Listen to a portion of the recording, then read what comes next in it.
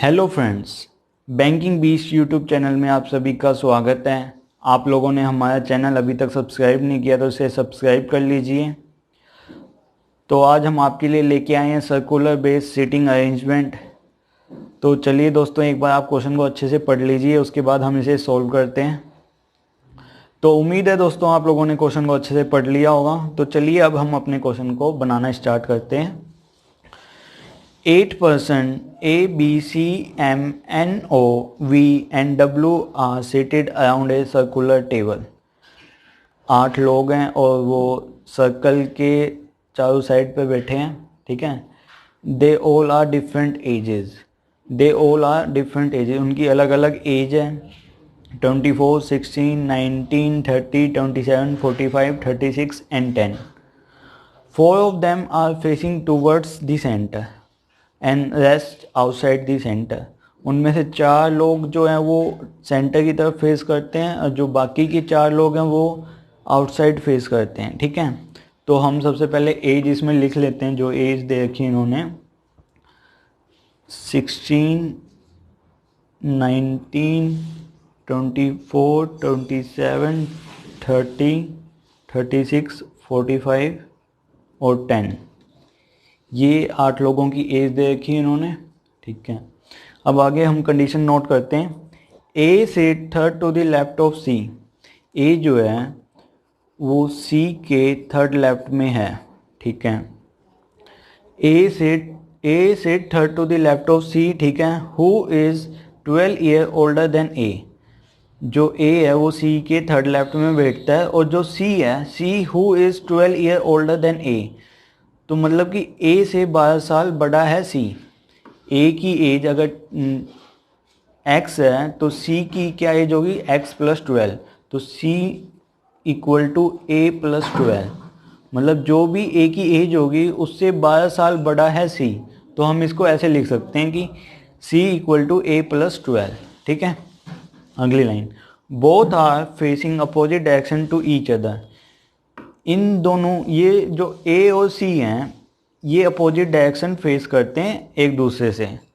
इसका मतलब ये है both are facing opposite direction to each other. अगर A इनसाइड फेस करता है तो C जो है वो आउटसाइड फेस करेगा, और अगर A जो है वो आउटसाइड फेस करता है तो C क्या है, इनसाइड फेस करेगा। तो ये क्या है, अपोजिट एक दूसरे के, ठीक है। कि अगर A इनसाइड फेस करता है तो C आउटसाइड करेगा, अगर A आउटसाइड करता है तो C इनसाइड करेगा, ठीक है। उससे आगे B whose age is 45 years. B जो है जिसकी 45 ईयर एज है, ठीक है। Sit second to the right of N। N के सेकंड राइट में B बैठा है, ठीक है।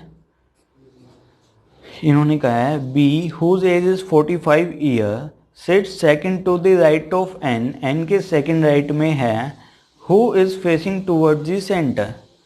N who is facing towards the center। जो N है वो सेंटर की तरफ फेस करता है, तो हम ऐसे एरो लगा देंगे। ऊपर का मतलब कि सेंटर की तरफ हो गया, और जो ये यूं करते हैं हम, इसका मतलब आउटसाइड फेस करता है, ठीक है। तो जो N है वो सेंटर की तरफ फेस करता है, ठीक है। अगली लाइन पढ़ते हैं हम। O sit opposite to V। जो O है हमारा वो V के अपोजिट बैठा है, मतलब ये दोनों आमने सामने बैठे हैं, O और V, ठीक है।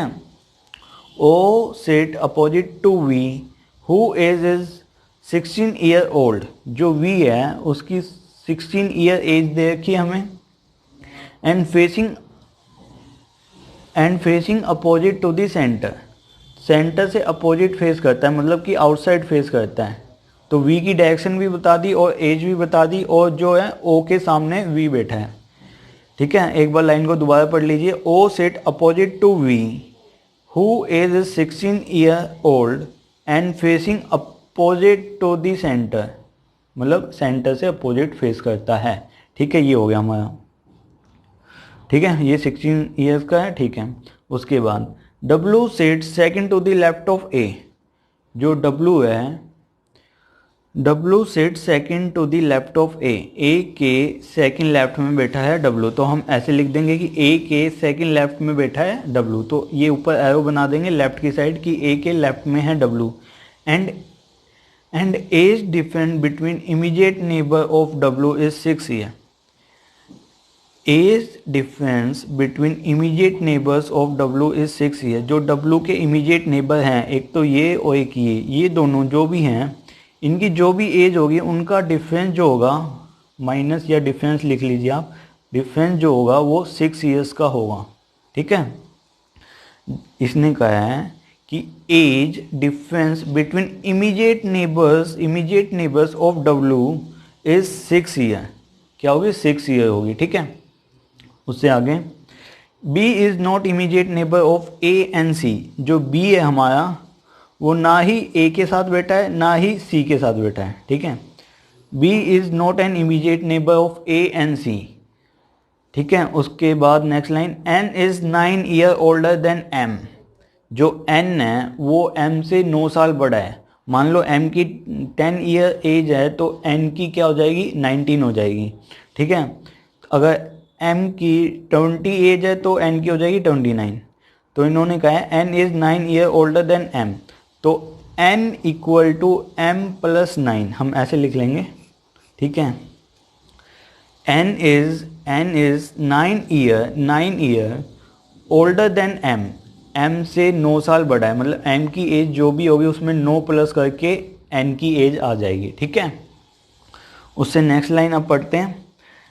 N is 9 year older than M who is facing towards the center। जो M की डायरेक्शन भी बता दी कि M जो है वो सेंटर की तरफ फेस करता है। ठीक है, ठीक है, जो M है हमारा वो सेंटर की तरफ फेस करता है, ये डायरेक्शन भी बता दी M की। ठीक है, O faces same direction as N। जो O और M है ना, O और N है, सॉरी O और N है, वो जो है सेम डायरेक्शन फेस करते हैं। ठीक है, सेम डायरेक्शन O और N, O faces same direction as N but opposite to W। W से अपोजिट है। मान लो जब W इनसाइड फेस करेगा तो ये O और N जो है वो आउटसाइड फेस करेंगे। अगर W आउटसाइड फेस करेगा तो O और N इनसाइड फेस करेंगे। ठीक है, तो W का रिलेशन O और N के साथ है, अपोजिट है लेकिन। ठीक है, ये हो गया। तो हमने सारी कंडीशन नोट कर ली है। तो अब हम ये जो हमने एज लिखी थी उसमें पहले ये लिख लेते हैं जो जो हमें पता है। V की क्या है? 16 है, तो यहाँ पे V लिख लेते हैं। और एक हमें B की पता है, B क्या है? 45 है।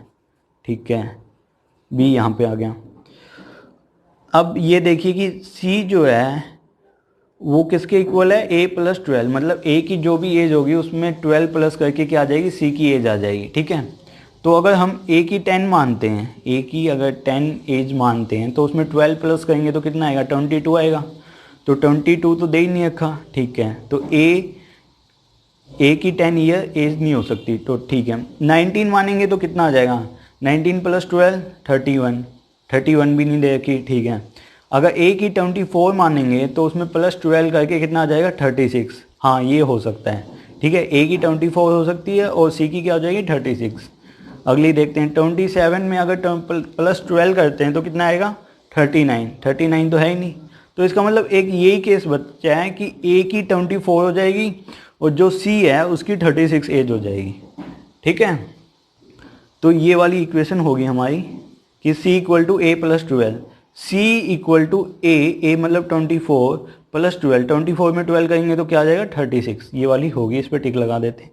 और दूसरी इक्वेशन ये थी N equal to M plus 9। N में N की एज क्या होगी कि जो M की एज होगी उसमें प्लस 9 करेंगे। अगर M की हम 10 मानेंगे और प्लस 9 करेंगे तो N की कितनी हो जाएगी? 19। ठीक है, अगर हम M की 19 मानते हैं और प्लस 9 करते हैं तो कितना आएगा? 28। 28 तो है नहीं। और अगर हम M की 27 मानेंगे, अगर M की हम 27 मानते हैं तो जो N की एज क्या हो जाएगी? 36 हो जाएगी, लेकिन 36 तो C की होगी, इसीलिए ये भी नहीं हो सकता।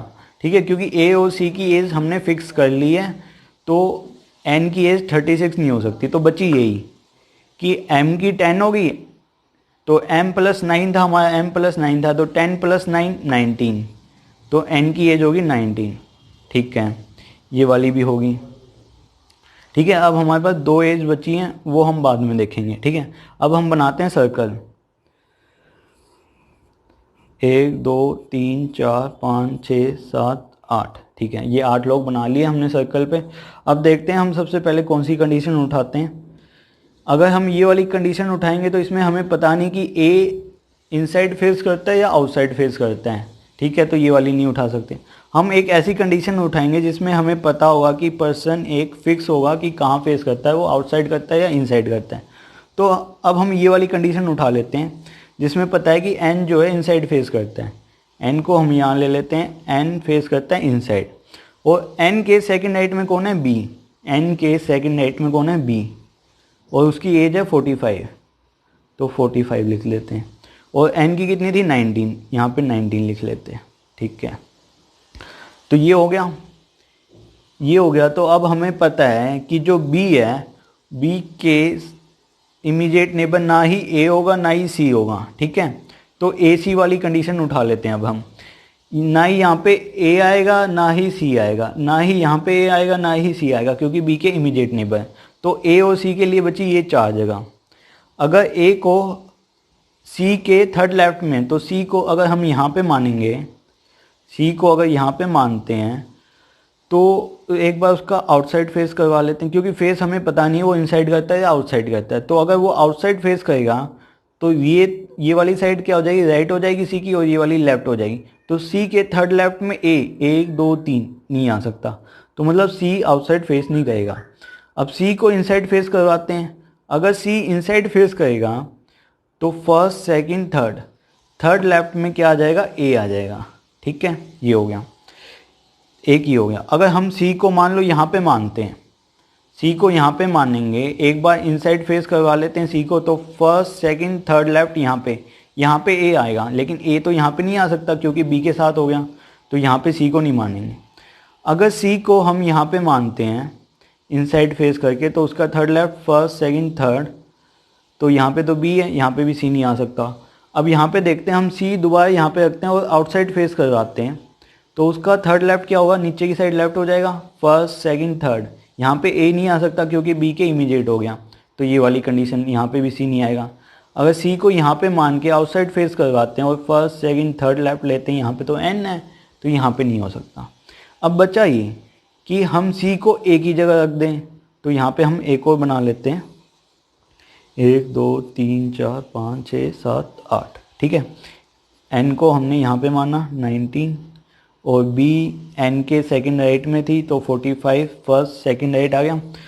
अगर हम सी को यहाँ पे मानते हैं ए की जगह, अगर हम इनसाइड फेस करवाते हैं तो सी का राइट ये हो जाएगा, लेफ्ट ये हो जाएगा, तो फर्स्ट सेकंड थर्ड लेफ्ट पे ए यहाँ पे आ जाएगा, लेकिन ए बी के साथ नहीं हो सकता, इसीलिए यहाँ पे ए नहीं आएगा। तो हम इसको अब इनसाइड फेस नहीं करवाएंगे, अब आउटसाइड फेस करवाते हैं। अब आउटसाइड फेस करवाएंगे सी को, तो राइट ये हो जाएगा और लेफ्ट ये हो जाएगा, तो फर्स्ट सेकंड थर्ड लेफ्ट, यहाँ पे ए आ सकता है। ठीक है, ए यहाँ पे आ गया। बाकी यहाँ पे हमने सी रख के देख ही लिया था, इसमें बता दिया था मैंने, यहाँ पे भी रख के देख लिया था। तो यही 2 कंडीशन बनती है, इसमें 2 पॉसिबिलिटी हैं, एक बार सी यहाँ पे आ सकता है, एक बार यहाँ पे आ सकता है। ठीक है, इसमें सी इनसाइड फेस करता है, तो ये वाली कंडीशन भी होगी हमारी। अब ये वाली कंडीशन देखो कि जो ए है और जो सी है वो दोनों अपोजिट डायरेक्शन फेस करते हैं, मतलब कि सी अगर इनसाइड यहाँ पे इनसाइड करता है तो यहाँ पे क्या हो जाएगा, आउटसाइड हो जाएगा, और अगर सी यहाँ पे आउटसाइड है तो यहाँ पे ए क्या हो जाएगा, इनसाइड हो जाएगा। ठीक है, तो ये वाली कंडीशन भी होगी हमारी, और ये वाली भी होगी। ठीक है, अब ये बची ओ वी कहाँ आ सकता है, एक तो यहाँ आ सकता है, हाँ बस यही जगह इसमें, और इसमें भी ओ और वी की यही जगह है। ठीक है, अभी हमें पक्का नहीं पता ओ इस साइड आएगा या इस साइड आएगा, तो हम आगे देखते हैं। अब ए के सेकंड लेफ्ट में कौन है, डब्लू। ए के सेकंड लेफ्ट में कौन है, डब्लू। यहाँ पे क्या आ जाएगा, डब्लू आ जाएगा ए के सेकंड लेफ्ट में, फर्स्ट लेफ्ट सेकंड लेफ्ट। ठीक है, डब्लू आ गया, ये वाली कंडीशन भी होगी। और सी की हमें पता है 36 एज है, ए की 24 है, ये लिख देते हैं हम। इसमें भी ए की कितनी है, 24 है, और सी की 36 है। ठीक है, अब इसमें भी करते हैं कि ए के सेकंड लेफ्ट में कौन है, डब्लू। ए के सेकंड लेफ्ट में कौन है, डब्लू, यहाँ पे डब्लू आ जाएगा। ठीक है, ये वाला केस भी हो गया हमारा, ठीक है। अब ये देखते हैं कि ओ के अपोजिट सामने कौन है, वी। ओ यहाँ पे रखते हैं तो वी यहाँ पे नहीं आएगा, ओ को यहाँ पे रखेंगे तो वी यहाँ पे नहीं आएगा, ओ को यहाँ पे रखेंगे तो वी यहाँ पे नहीं आएगा। तो ये वाला केस तो हमारा वैसे ही ख़त्म हो गया, क्योंकि ओ के सामने हम वी रख ही नहीं सकते इसमें। ना ही यहाँ पे ओ रखेंगे तो वी यहाँ नहीं आएगा, ओ यहाँ रखेंगे तो वी यहाँ नहीं आएगा, ओ यहाँ पे रखेंगे तो वी यहाँ पे नहीं आएगा। तो ये वाला पॉसिबिलिटी हमारी गलत होगी, बची ये। तो इसमें क्या बच्चा है कि ओ को यहाँ पे रखेंगे तो वी यहाँ पे आ जाएगा, ठीक है। और ओ को यहाँ पे रखेंगे तो वी यहाँ पे आ जाएगा। अगर ओ को यहाँ पे रखते हैं तो वी यहाँ पे नहीं आ सकता। मतलब यही दो पॉसिबिलिटी हैं कि ओ यहाँ पे भी हो सकता है और यहाँ पे भी हो सकता है। तो ओ यहाँ हो सकता है या वी हो सकता है, या वी यहाँ हो सकता है, ओ यहाँ पे हो सकता है, ठीक है। अब बचा क्या हमारे पास, ए बी सी डब्लू भी आ गया, एम बचा वो एम यहाँ पे आ जाएगा, ठीक है। एम की कितनी है, 10 है, ठीक है। सी की 36 होगी, ठीक है। तो अब जो वी है, वी की कितनी थी, 16 थी, ठीक है। उसको हम आगे देखते हैं। अब कोई कंडीशन बची है क्या, एम जो है वो इनसाइड फेस करता है, जो ये एम है वो इनसाइड फेस करता है, ठीक है। ये भी हो गया हमारा। अब ये कंडीशन बची है, देखो ये लास्ट वाली, ये वाली बची है हमारे पास, कि जो W के इमीडिएट नेबर होंगे उनकी एज का डिफरेंस क्या होगा, 6 होगा। तो एक इमीडिएट नेबर है सी की एज कितनी है, 36। और 36 देखें तो इसमें से अगर ये वाले का एज 30 होगा तो इन दोनों का डिफरेंस क्या आ जाएगा, 6 आ जाएगा। तो मतलब यहाँ पे जो भी पर्सन होगा उसकी एज क्या होगी, 30 होगी, 30 ईयर्स की होगी। लेकिन यहाँ पे इन्होंने बताई कि V की एज क्या है, V की एज है 16। तो V यहाँ पे नहीं आ सकता, तो V यहाँ से हट जाएगा, यहाँ पे आएगा O, और यहाँ पे क्या आ जाएगा, V आ जाएगा। V की क्या हो जाएगी, 16, O की हो जाएगी 30, O आ जाएगा यहाँ पे, ठीक है। तो अब देखेंगे हम कि जो इमीडिएट नेबर हैं W के, उनका डिफरेंस कितना आया, 6 आया, ठीक है। ये कंडीशन होगी हमारी, ये वाली कंडीशन भी होगी और ये वाली भी होगी हमारी। ये दोनों अपोजिट फेस करते हैं, ठीक है। बचा कौन, W। ये सब की एज लिख ली और 27 एज बची है, वो होगी W की। तो 27 यहाँ पे आ जाएगा, ठीक है। अब फेस किस किस का बचा है, N का हो गया, C का हो गया, M का हो गया, A हो गया, ठीक है। बच्चे W, O और V और B, इनका हमें फेस नहीं पता, M वाला हो गया। अब ये देखते हैं O और N सेम डायरेक्शन में फेस करते हैं और इनसे अपोजिट कौन फेस करता है, W। तो N का अगर इनसाइड है तो O का भी क्या होगा, इनसाइड होगा, ठीक है। और जो O और N है उनसे अपोजिट कौन फेस करता है, W। तो W का क्या हो जाएगा, आउटसाइड हो जाएगा, ठीक है। क्योंकि N इनसाइड करता है, O भी इनसाइड करता है, और W जो है वो अपोजिट है, तो W का क्या हो जाएगा, आउटसाइड हो जाएगा, ठीक है। उसके बाद क्या बचा, V का बचा और B का बचा, ठीक है। यहाँ पे ये देखिए एक कंडीशन में था कि V जो है आउटसाइड फेस करती है, तो V का भी हो गया, V जो है आउटसाइड फेस करता है, ठीक है। अब बचा B। तो इन्होंने कहा था कि 4% इनसाइड फेस करते हैं और जो 4% बचे हैं वो आउटसाइड करते हैं। तो 1 2 3 आउटसाइड वाले 3 हुए और इनसाइड वाले 1 2 3 4, इनसाइड वाले 4 हो गए, आउटसाइड वाले 3 ही हुए हैं। तो जो B की बची है वो क्या करेगा, आउटसाइड फेस करेगा, ठीक है। तो ये था हमारा सर्कुलर सीटिंग बेस अरेंजमेंट। इसको समझाने में काफ़ी टाइम लग गया आपको, लेकिन क्वेश्चन काफ़ी आसान है। इसमें ज़्यादा से ज़्यादा आपको खुद से कोशिश करोगे तो आपको ज़्यादा से ज़्यादा 3 या 4 मिनट लगेंगे, उससे ज़्यादा टाइम नहीं लगेगा इसमें, क्योंकि काफ़ी आसान क्वेश्चन है। मैंने आपको एक एक पॉसिबिलिटी आपको समझाई, लेकिन हम एग्ज़ाम में क्या करते हैं, जैसे ये AC वाली थी, हम वहीं पे बना के देख लेते हैं। जैसे ये N हो गया, N के B हो गया, तो हम यहीं पे दिमाग में सोच लेंगे, इमेजिन कर लेंगे कि C यहाँ पे आएगा तो उसके लेफ़्ट में A यहाँ पे हो सकता है, थर्ड लेफ़्ट में। अगर C को आउटसाइड फेस करवाते तो इस साइड नहीं आएगा, और यहाँ पे C रखेंगे तो यहाँ पे A नहीं आ सकता क्योंकि B के इमीडिएट नेबर हो गया वो। तो इस चीज़ को हम क्या है कि एग्ज़ाम में हम इसको फटाफट अपने माइंड में ही इमेजिन कर लेंगे, ठीक है। तो ये ऐसे होता है। तो इसमें आपको ज़्यादा से ज़्यादा टाइम नहीं लगेगा, इसमें 4 से 5 मिनट लगेंगे आपको। काफ़ी आसान क्वेश्चन था, आप इसको एक बार अच्छे से दोबारा पढ़िए क्वेश्चन को और ख़ुद से बनाने की कोशिश करिए। तो थैंक यू दोस्तों। अब हम आपको मिलते हैं अगले क्वेश्चन के साथ, अगली पजल के साथ। अगर आपसे कोई क्वेश्चन नहीं बनता तो आप हमें टेलीग्राम पे भेज सकते हैं। हमारा टेलीग्राम पे चैनल है बैंकिंग 20 के नाम से, उस पर आप मेरे को क्वेश्चन सेंड कर दीजिए, मैं आपको सॉल्व करके बता दूंगा और उसके ऊपर आपके लिए एक वीडियो बना दूंगा। ठीक है, थैंक यू दोस्तों। अब हम मिलते हैं आपको अगली वीडियो में। Thank you.